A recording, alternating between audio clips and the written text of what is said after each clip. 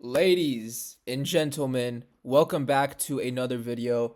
My name is Mateen Tuki, or known as Tuki for most of you guys. For today's video, it's actually going to be a lesson type video, and I'm going to be explaining how to best create supply and demand zones and how to really find them on the charts, really. So, you can utilize these zones as best as possible to the best of your ability to either spot reversals, utilize for your entries, utilize for your exits, whatever the case may be. So let's go ahead and hop right into it. Before I kind of go over the charts and kind of really show you guys the technical analysis side of things, I actually want to go over the fundamental analysis side of things and explain to you guys what exactly supply and demand is, what exactly supply and demand zones are, and why and how we should exactly use them when it comes to trading. Me, myself, I have been utilizing supply and demand, the concept, and trading with supply and demand for literally the past 2 years. You guys can go back on my YouTube video. I have videos from a year plus ago from me making videos with me trading with supply and demand. So let's go ahead and hop right into it. Like I said, I want to cover the fundamental side of things. So I want to show you guys a couple of Google slides, explain to you, like I said, what supply and demand zones exactly are, and then we'll go ahead get on into the technical analysis side of things, and then we'll wrap it up. So um, but yeah, other than that, hope y'all are having a solid Friday. And yeah, let's go ahead and get started. So, what are supply and demand zones? Supply and demand zones are general areas on the charts where price has reversed previously due to a high amount of demand or a high amount of supply within a specific asset. And really, what that means is a high amount of demand being aggressive buyers, or B, a high amount of supply being aggressive sellers. That's pretty much what it is. It's demand being aggressive buyers or a large amount of buyers, right? And keep in mind, these are the institutional buyers, the banks, the people that are moving the market, right? Not us retail traders. And we also have the supply areas, supply zones, where those are extreme amounts of selling activity, or supply zones are typically just where we reach the price premium on the charts, aka the highest point slash most expensive point possible. So obviously, if we reach the highest point on the charts, if you get to the highest point when you're in your trade, you obviously want to exit at the highest point possible so you get the most profits possible. You guys obviously get what I mean. But just very basic explanation: supply and demand zones are just aggressive areas of sellers and aggressive areas of buyers. And pretty much, since we have these aggressive areas on the charts, aggressive areas aren't going to be everywhere, right? Obviously, the market's going to be moving because we have continuous buying and selling activity. But realistically, the market heavily only moves when heavy buying pressure or heavy selling pressure is then inputted. And that is only inputted typically when we reach supply zones or demand zones or even key levels, because those areas provide us with extended amounts slash large amounts of buying pressure and selling pressure. And that's what moves the market. Buy orders and sell orders is what moves the market. So if there's a large amount of them, a lot of them going into the market, that's obviously going to make the market move larger and make momentum more stronger for us. And that's obviously what we want for our trades. Moving on.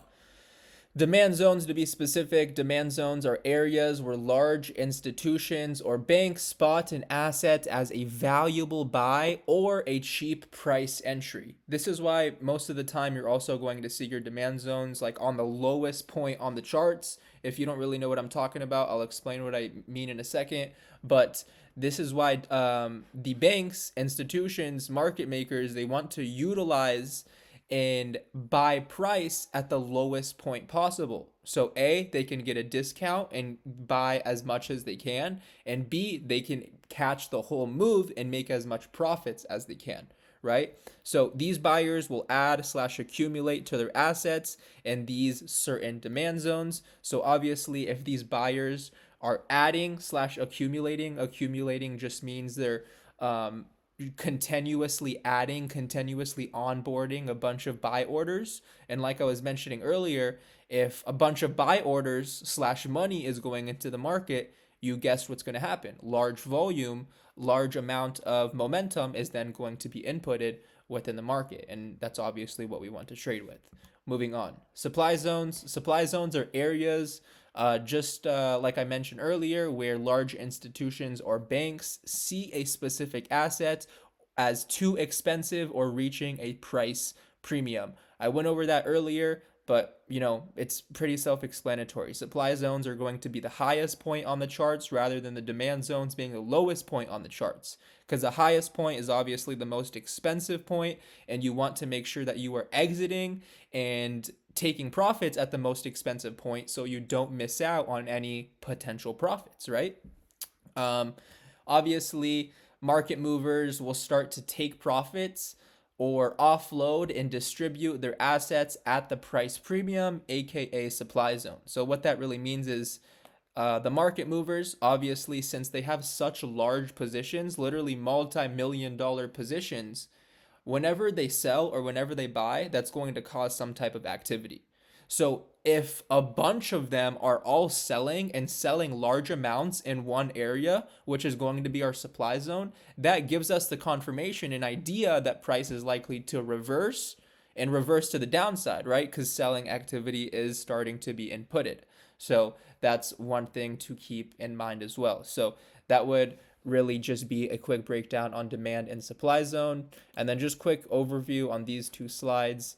The other ones are irrelevant for this lesson. I've made multiple different videos on supply and demand. I will put the link in the description for you guys to go check out some of those videos. Anyways, accumulation. Big buyers cannot load up all at once since it takes time to fill such large positions. These big buyers, banks, institutions, are not trading on Webull or Robinhood like you are. They're not entering a couple $100 positions like you are. Like I said, they're putting millions of dollars into these positions, right? So it takes time for them to fill and add up all of their position to really make sure they have their full position, right? They need to accumulate slash continuously onboard more buying orders until they have their full position of what they want. Like I mentioned here, buyers will just simply gradually load up in a consolidation period and spread out their buys. This is the process of accumulation. Keep in mind, whenever you see consolidation within demand zones, that's typically the process of accumulation. Or just when you see certain consolidation periods on the chart, that could be periods of accumulation, right? Whenever you have consolidation before a large move up, that would be those buyers onboarding and accumulating all of those buy orders to start to input within the market. And like I mentioned multiple times, if large orders, large amounts of money is being inputted, that will cause market to move and market to move strong. Moving on to the last slide, distribution. This is the process that happens within supply zones, not demand zones. Distribution is when price is at a key supply zone. Market movers cannot sell all at once, just like demand zone buyers, right? Therefore, they offload their sells gradually in chunks. Very self-explanatory. This is what causes sideways slash consolidation price periods. This is the process of distribution. So that's going to be it for the fundamental slide side of things. We're about 10 minutes in, so I don't want to bore you guys out too much. I'm going to go ahead and hop over to the technical analysis side of things, hop on the charts, best explain how you can draw these zones out, how I draw them out, because certain people obviously draw them out differently, but I'll show you guys how I draw them out to take the trades that I do each and every single day. If you want to check out my trades, check out my shorts, or even check out the YouTube channel where I post a bunch of different content each and every single day. Now, what I'm going to do is I'm going to start drawing zones out on the 1 minute. Okay, I'm going to start drawing them out on the 1 minute. Sometimes I'll do the 5 minute first. Sometimes I'll switch it off. But for this video, I'm going to do the 1 minute because for each time frame, I'm going to include the 1 and the 5. For each time frame, I draw the zones a little bit different, right? They kind of have the same process, but I draw them out a little bit different. So the main thing that you obviously want to do in order to look for high amounts of supply or high amounts of demand on the charts is first just zoom out, right? Just zoom out. A lot of you are zoomed in way too much. You're not really able to see what's really happening on the larger period of things, right? So zoom out, kind of get a bigger idea, a bigger picture of what's actually happening in terms of price action. For today's example, I'm going to be using Tesla, okay? Now what I'm going to do here is first we'll start with our demand zones. So typically whenever I look for my zones, I look for a few things. The first is going to be a sudden pivot point or a sudden reversal on the charts, right? But it's not just going to be some normal pivot or some normal reversal. I want to see a strong push and a strong reversal to the opposite side. Because what that means is for something like this, we obviously have sellers in charge, right? We see a strong push down. But then price starts to consolidate. You can see this is the process of accumulation here. Price starts to consolidate, trade sideways, and then all of a sudden it reverses extremely strong to the upside. You can see this strong move, this powerful move is indicating a large amount of buying pressure, aggressive buyers, right? Which is pretty much where demand is. That's pretty much how demand works, right? So what I do is I typically draw out and mark out the candle that started the actual move to whichever side that I'm looking at. So in this case scenario, it's going to be the move to the upside. So I'm going to draw out the candle that pretty much started the move, which is right here. Now I'm going to get my rectangle out. I'm going to include the whole candlestick body as well as the wick. Boom, boom, and then I'm going to extend it out. And you guys can already see some reversals and some resemblances here. So we have this drawn out, right? Now, another thing is supply or demand zones will also a lot of the times be created whenever there are key levels on the charts that are being retested. Because in order for key levels to be respected or even broken through, there needs to be some type of aggressive buyer or some type of aggressive seller. For example, if we have a fair value gap and price goes into that fair value gap and bounces off of it and reverses off of it successfully, that obviously means the aggressive buyers were there indeed and were inputting the orders into the market within that fair value gap. So since that strong move happened off of a fair value gap, we can sometimes see demand zones or supply zones be created off of fair value gaps, if that makes sense. Now I can see an example literally right here. You can see we have a fair value gap right here on this strong push up. And what you can just do is boom, boom, and then extend it out. And you can see it's pretty much the exact same from where this demand move actually started. So the fair value gap got tapped into and retested, and that's also pretty much where demand was created. Now we created this demand zone on the 1 minute. I'll kind of switch over to the 5 minute to show you guys a couple more things, but you can see once price fully retraces and taps back into it, it heavily respects this demand zone. And you can see even before it tapped into the demand zone, sellers were super strong. So where are they now? Now that price is in the demand zone, right? They aren't as active anymore due to the fact that buyers are starting to step in. They're starting to put their feet in and say, hey, we want to take control now. And that's obviously what they did. Obviously, due to the fact was there wasn't as much supply as there was up here compared to down here, right? These are the demand areas. So it wouldn't be a smart idea to go it wouldn't be a smart idea to go short in a demand area because that's an area that's expected to have heavy buying pressure, right? So we get that tap in, and then you can obviously see a strong move and a strong push up. Market eventually closes, but even during post market, right? Look at that. Off of this demand zone, price went absolutely ballistic. absolutely ballistic. Obviously, we're day traders, so we're not like holding these trades that long, but you guys get the idea of, how price really works in terms of actually trading these demand zones, right? You want to look for areas on the charts that have presented heavy or strong buying pressure or heavy or strong selling pressure and trade with that. You want to track or trace those areas out because when price does retrace back in those areas, it's likely to have a similar move.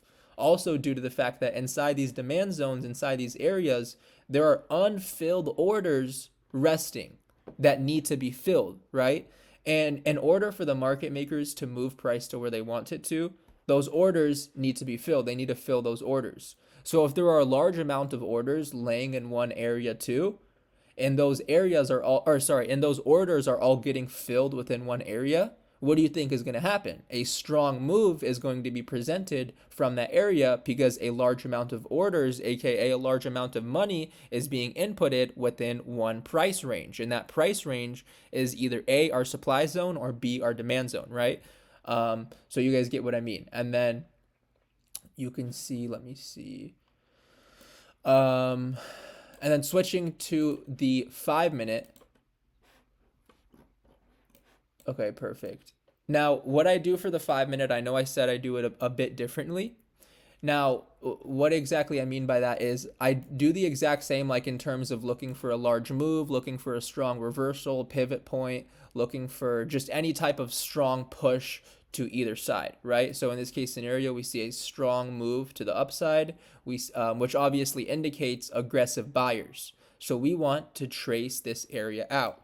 Now, instead of marking out the whole candle and the wick like I did on the 1 minute, I'm only going to mark out the wick. So in this case scenario, since we're trading a demand zone, I'm going to mark out the bottom wicks that started the move. So I'm going to draw it out, only the wick, boom, and then boom. I'm going to use that. Now I'm going to change the color of my zone so we know which is the 5 minute and which is the 1 minute. We'll make the 5 minute yellow, and we obviously have the 1 minute as red. Now you can see as we tapped into the 5 minute, we respected the zone very well, but pretty much the second we tapped into the 1 minute zone, it held up very well, respected it very well, and ultimately that's where we had the strong move and the strong push up outside of that demand zone. So when you are able to match your 1 minute zone inside of the 5 minute or vice versa, that is further confirmation. That should give you further confirmation for that trade. These are my favorite types of trade. When I can match my 1 minute zones inside my 5 minute zones, that gives me more of a confirmation that those aggressive buyers or sellers are actually there, are actually going to be active. And like I've been mentioning, we obviously want to trade where there is aggressive buyers or aggressive sellers, pretty much where there is, highest demand or highest supply on the charts. Supply and demand is everywhere on the charts, right? But we want to trade where supply or demand is highest. And where that happens to be are reversal points on the charts, or points on the charts where we happen to see strong moves to either the up or to the downside. So that would be that. Obviously, you can just mark out your previous highs if you wanted to take this trade as a take profit, which would be right here, this key resistance level. Have your stop loss below this demand zone. So also when trading supply and demand, your risk is extremely minimized and your stop can really only be in one spot. And then obviously that trade worked out perfectly. You can see if you were to trade it during open market, even during post market, price continued to rally. And then even, I believe this was yesterday, price just ripped to the upside. So that would be a beautiful, beautiful example of of a demand zone, of drawing out a demand zone. Now, what I want to do now, obviously, it's pretty much the same as I want to draw out a supply zone. So pretty much, and we'll do the 5 minute first instead of the 1 minute. So what I'm going to do is I'm just going to look for a strong move, a strong reversal within the market, obviously, because that is indicating strong or heavy buying pressure, or strong or heavy demand, right, or supply. That's like I've been mentioning multiple times, and I'll mention it 100 million times over and over again. That's where we want to trade, because that's where volume is going to be highest, that's where momentum is going to be strongest, and that's just where we'll catch the best trades ultimately. So I see right here, you guys can see it as well, 100%, this strong push to the downside. What does that indicate? Aggressive sellers. Now, like I've mentioned 100 million times, that is where we want to trade. So I'm going to mark out the area or candle that pretty much started this move. Keep in mind, I'm on the 5 minute. Now on the 5 minute, we're only marking out the wicks. So let me do that. Now we're only perfect. We're only marking out the wicks of the candle on the 5 minute. Now what we want to do is switch over to the 1 minute, because like I said, if we can get the 1 minute and 5 minute match, that gives us further confirmation for the zones. Let me see where that zone was. It was right here. So now if we can match a 1 minute supply zone inside of our 5 minute supply zone, that'll give us the further confirmation, and it's pretty much the same exact thing. We can see the strong aggressive push to the downside, which is obviously indicating extremely strong selling pressure or such a large amount of supply. So that's what we want to trace out. Now, like I've mentioned, if we're on the 1 minute, we're just going to mark out pretty much the whole candle, including the wicks and the body. I'll go ahead and I'll make that red for our 1 minute. And then we'll extend it out. And then typically what I do is I use the 5 minute more for a reversal point, like more of an idea for a reversal point, and then I use the 1 minute zone more for my entry level, more of to get like that refined entry. Obviously you can do vice versa, but that's what I've just seen to work best for me. You can obviously see we got that match within both zones, which gives us further confirmation. Have our stop loss at a complete close and validation above our supply zones. And then obviously you see price did its thing. It finally retraced back into our supply and demand zones. If you have your supply and demand zones drawn out correctly as well, price is typically always going to retrace back to them due to the fact that A, there are unfilled orders resting there. B, demand zones, if drawn out correctly, those are going to be valuable / discounted areas on the charts, like I went over on the slide earlier. And B or C, whichever I'm at, with your supply zones, those are going to be your price premium areas, the highest point on the chart, which is pretty much the area where the market makers, banks, institutions utilize most to exit / close their positions. So if they're exiting / closing their positions in one specific area, that area happens to be our supply zone, we have the idea that that area is likely to be presented with a strong reversal or whatever the case may be. So, and then you can obviously see once we retraced into this supply zone, we got that strong reversal, strong move down. You can obviously see sellers stepped in. If you were to take this trade, you wouldn't really have been in drawdown at all or much. And then you can see we got that reversal to the downside, right? Obviously nothing too crazy like how I showed you guys earlier, but if you can draw these trades, or if you can draw these zones out correctly, you will be able to catch solid trades off of them. What I typically do in terms of like my take profits is I just mark out the previous key levels when trading with these supply and demand zones, because I don't look to catch the whole entire move. You guys know me, I'm typically just scalping or catching a solid day trade. So I look for the nearest potential reversal areas. In this case scenario, it would be like the support area right here. So I would utilize this for one of my first take profits, or I would, we see a bit of demand or support area, like created right here. So I would also utilize that as another take profit area.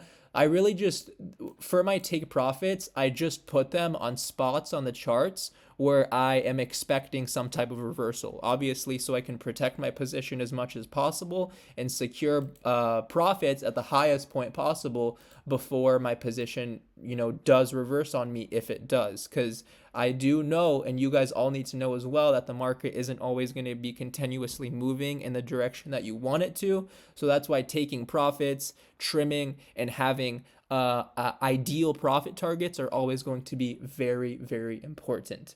But that would really be a breakdown on, the supply zone, demand zone. I really showed you guys how to draw them out with a 1 minute time frame, 5 minute time frame. If you can only draw them out on one time frame and can't match them, yes, you can still take the trade off it. And yes, the zone will, sometimes work. But me personally, I like to take trades off of the zones that I get a match on, because that personally just gives me more confirmation. And personally, I've just seen my trades to work out best and better when I do utilize that way. But other than that, I'm going to wrap up the video here. I hope you guys enjoyed. Please feel free to check out the link in the description if you guys want to check out any previous other videos that I've created. There are multiple other educational videos that you guys can check out on many different topics. If you would like to trade live with me and get access to hours of extended educational content, as well as access to live trading events that I do, pre-market events that I do, or just certain calls where I share my analysis with the team, go ahead and click the link in the description to get access to my trading community. Other than that, family, hope you guys enjoyed the video and found value from it. Please let me know how this works. DM me, leave a comment, and make sure you guys go crazy. I'm confident you will, especially after showing you guys this extremely effective method on actually drawing this. But I'm going to wrap it up here. Much love. I'll see you guys next time.